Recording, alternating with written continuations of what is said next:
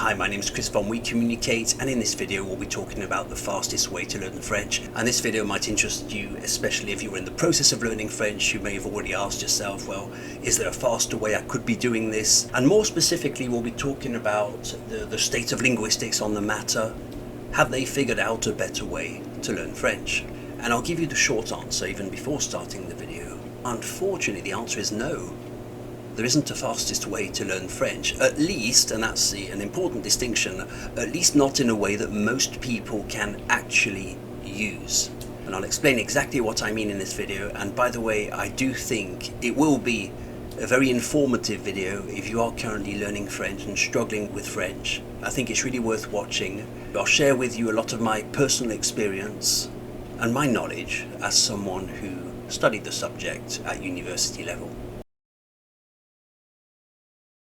And the reason I just talked about ordinary people, ordinary folk, a method that people can actually use, is because in this question there are several partners. Now there's the research that university does, that's one thing. There's yourself as a person with their own private life, and there's yourself as a student. So there's you as a customer, as a person, there's you as a student, and there's the research that university does.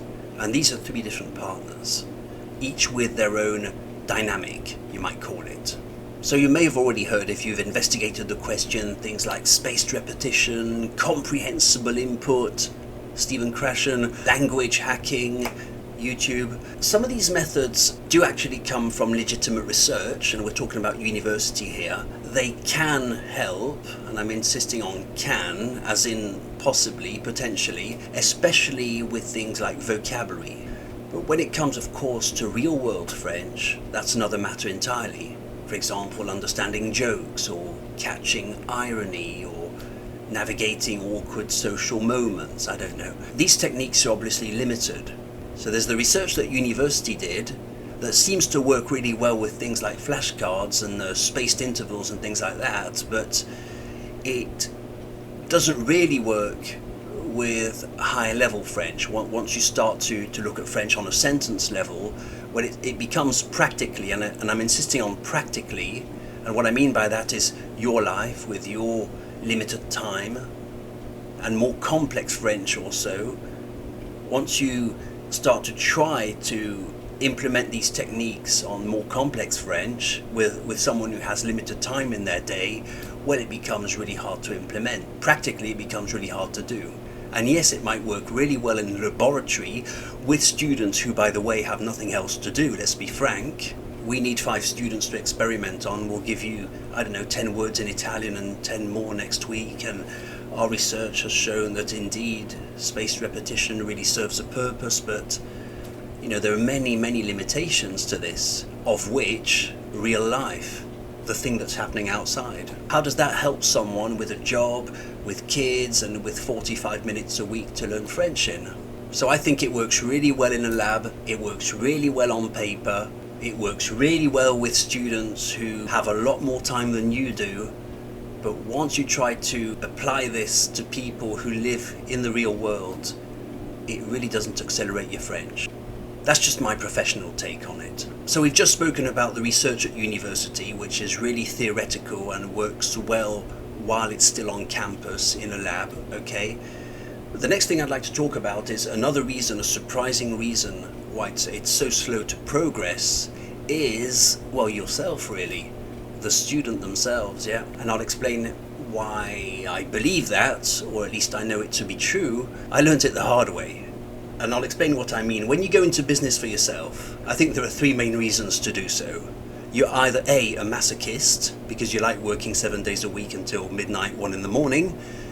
B, it's the nature of your profession. You're either a lawyer, a baker, a gardener, people who traditionally work for themselves. Or C, you've looked at your industry, you think you can improve on it, you've seen something that no one else is doing, and you think it's worth it. And I fall in this category. I've seen the industry and I believe, okay, they're doing it this way. I think I can improve on this, and it's worth me going into business for myself and doing things better. So this is why I teach French personally, to do things better than I've seen elsewhere, and because I have abilities that I want to use in my French classes or in my French course. But it's not so easy, because you may have the best ideas to disrupt the industry. We're talking about language learning here, and it's a deep, slow process, and it's not as visual as putting WhatsApp on the market. WhatsApp, you understand straight away, oh, between phoning and paying and using WhatsApp for free, okay, I wonder, of course WhatsApp, you understand it in half a second. Uber versus taxis, you understand it within half a second. A slim fast diet, I started slim fast 2 weeks ago, look at me now, bang, you understand it straight away. Languages, it's not so easy. So I'm not saying that the students are completely responsible. In fact, they're not responsible at all, because I'll explain, I understand their reasons for being very cautious when you talk about improvements. So what I learned the hard way is that most students don't really want innovation. I don't think they do. They want to recognize what feels familiar. And these are universal behavior patterns. Once you're in the position of a customer wanting to buy service, you want to recognize what feels familiar. And just think about how most people choose a service. It's what I call the 80-20 rule of trust. It's the thing, there's many 80-20 principles, but the one I'm going to talk about is something I came up with, 80-20. So when you look up a service, be it a website or a shop, 80% of the decision is made as soon as you look at that website. You're assuming that they know what they're doing, that they can do what they're doing. And the 20% left over comes down to cost, convenience, location, opening hours, and of course, price. So in other words, the customer already assumes that you're capable. They're already assuming that you know how to do what you're doing, and they want to recognize what they already expect to find. So what they really want as a customer, what we all want, is simplicity and clarity. But new ideas, radical methods, that creates friction. And that's the last thing you want in any business, is friction. New ideas mean friction. Customer doesn't have the time for it, doesn't want to try it, doesn't have the time. And I'm saying this, I'm not bitter in any way. I'm not bitter, I'm not disappointed, I understand, I am a customer myself, I wouldn't want it either. And I'll give you a simple example. Imagine you want to buy firewood. And this could be me also, by the way. This could be me, this is me. We want to buy firewood, we visit a website that offers firewood. That's 80% of the job, because we're assuming they have firewood, that they know what firewood is, that they sell good firewood, that they know how to deliver it. They don't need to convince me of this. I'm on a firewood website. But imagine, and the 20% left over, by the way, is just location, price, delivery, how to deliver it. So there's not much room for anything else. There's not much room for improvement. Now imagine that this same website offers a sort of a futuristic subscription model for sustainable wood that matures for 6 years and saves you money in the long term. So what, I buy my wood now and then 6 years later and it ends up, what, friction, leave straight away, run away. But it was a good idea. It was a brilliant idea, and it could have disrupted the industry. It means friction, and it's annoying. And you run away because what you want is bloody firewood now. You don't want to save the world, and even if it does mean saving thousands of dollars, it creates friction. 80-20, where do you slip in the 1% with your own personal ideas to improve the industry? It's very, very hard to do. You see, and it's the same thing in languages. It's even worse in languages because, as I said, it's a deep, long process. It's not something like WhatsApp that you can understand straight away. Think of smartphones. The difference between stocking 500 photos and 1,000 photos on the phone, where you understand the difference between the two. This one can only stock 500, this one can stock 1,000, therefore the one that stocks 1,000 is better. So in language learning, if you try to reinvent the wheel, even with a better system, students won't take, understandably, they won't want to take the risk. What they want is teacher, classroom, textbook, 1 hour. That's what they know, that's what they want to recognize. That's the 80-20 rule. I want to go on your website, I want to understand what your price is straight away. I assume you know how to teach French, I assume. I'm not much interested in your passion. I'm not much interested in the fact that you lived in, I don't know, South Africa, England, up and down the country, that you can imitate 23 different accents, that no one's as good as you in the world. I don't really care. I assume that you can teach English or French and that you're as good as anyone else. And the next 20, the 20% left over is just, when do you open, how much does it cost? And I'll find out about your passion maybe later. And maybe I'll tell someone, wow, that guy's obsessed with French. By the way, there's a joke in the industry, you might have heard about it, about OuiCommunicate. When coffee feels tired, it takes French with OuiCommunicate. I thought it was a good one. When coffee's tired, it takes French with OuiCommunicate. Okay, on to the next thing then. Now, speaking of OuiCommunicate, I actually invented a system. I did. I didn't do any research in a laboratory at university. I looked at real life, I looked at the many people I had coached in French, and I invented a better system. One that would make you learn better, deep French, quality French, one that would save you a lot of time, and one that would save you thousands of dollars. There's no ifs or buts, it's a certainty. I did absolutely invent that. And you may chuckle and say, who does this guy think he is? But it's a fact. I did invent a new way of teaching, a better way of teaching. It didn't catch on. I'm not ashamed to say it. It didn't catch on. Why? Because it didn't meet the 80-20 rule. It didn't meet students' expectations. And I say this without the slightest hint of grief or bitterness, not at all. I understand. What I did was, well, I flipped the traditional student-teacher dynamic, which I thought was ridiculous. I looked at the industry, I looked at tradition, I thought, well, this is nonsense, it doesn't work and it will never work. I shortened the learning sessions for deeper focus, I did that. I treated learning as an active process, not a passive transfer of knowledge, and I did other things besides. There's at least 10 changes I made from tradition, which worked better. I explained my system to several people. They said, of course, yeah, that's the way I would want to learn. But between that's the way I would want to learn and actually doing it and opening up your wallet and going for it, because there's another thing. I'm thinking of a very specific student whose name is Jason. Hello, Jason, if you ever watch this. I did 3 times 20 minutes with Jason, 3 times 20 minutes. I'm going to see him a 4th time. By the 5th lesson, we're already going to look at the past tense. I know where we're going with this. Jason has been brilliant.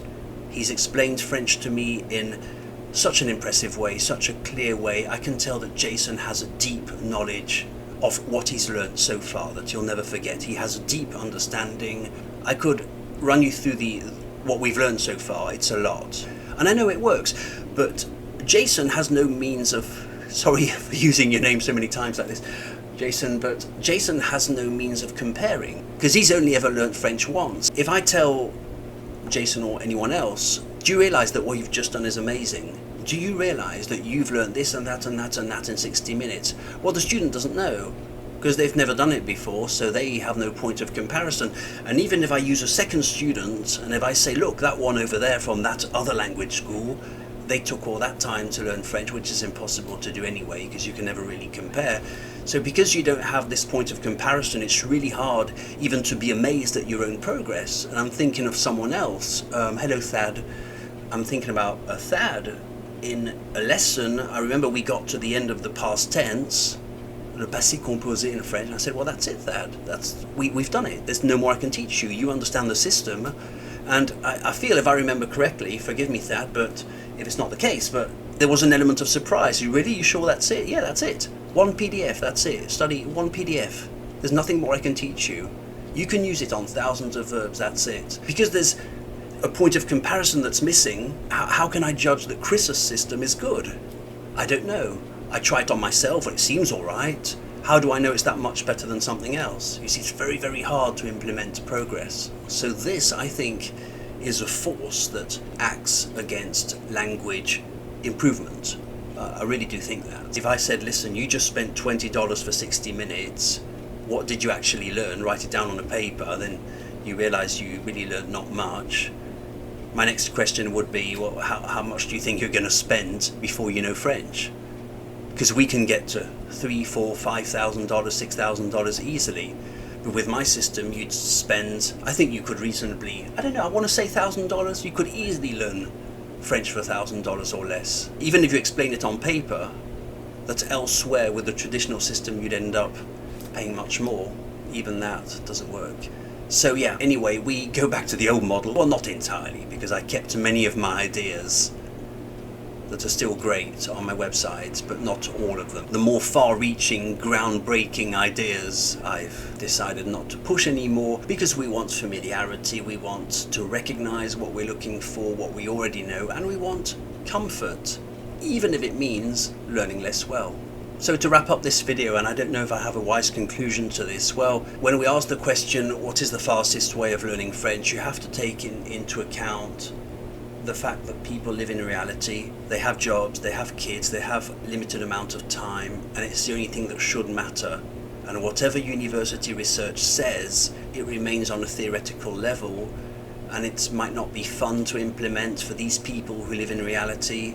It may be great to do spaced repetition. It might also be ultimately boring. It might not be something that you can even use for the whole French language. It may only work for parts of the French language. So unfortunately, to conclude this video, there isn't a fastest way that's universally recognized by science. However, there are many slower ways, there are many bad ways, but there isn't really one faster way. You see what I mean? So that's a strong difference also. And the only quicker methods, so to speak, are imperfect. They've been tested in certain conditions in university laboratories, but then again, you know, you can't really implement them for the whole language, only parts of the language, and it's really hard to implement in real life. And I keep pointing at real life because it's over there through the window, you know, real life with limited time and obligations and things like that. So my name's Chris, I'm a French coach at OuiCommunicate. Even though I gave up on my futuristic ideas, most of my quality ideas are still on my website, I'm happy to say. So I've kept most of them, just not the two innovative ones. I'm done with those anyway. Maybe one day some big company will do it and I'll be saying, hey, I'm the one who invented that. No one wanted it when I was doing it. Who knows? I don't know. With the funding, anything's possible. My name's Chris from OuiCommunicate. I hope it was useful. I'll see you very soon in a French class. Find me at OuiCommunicate.com. Bye.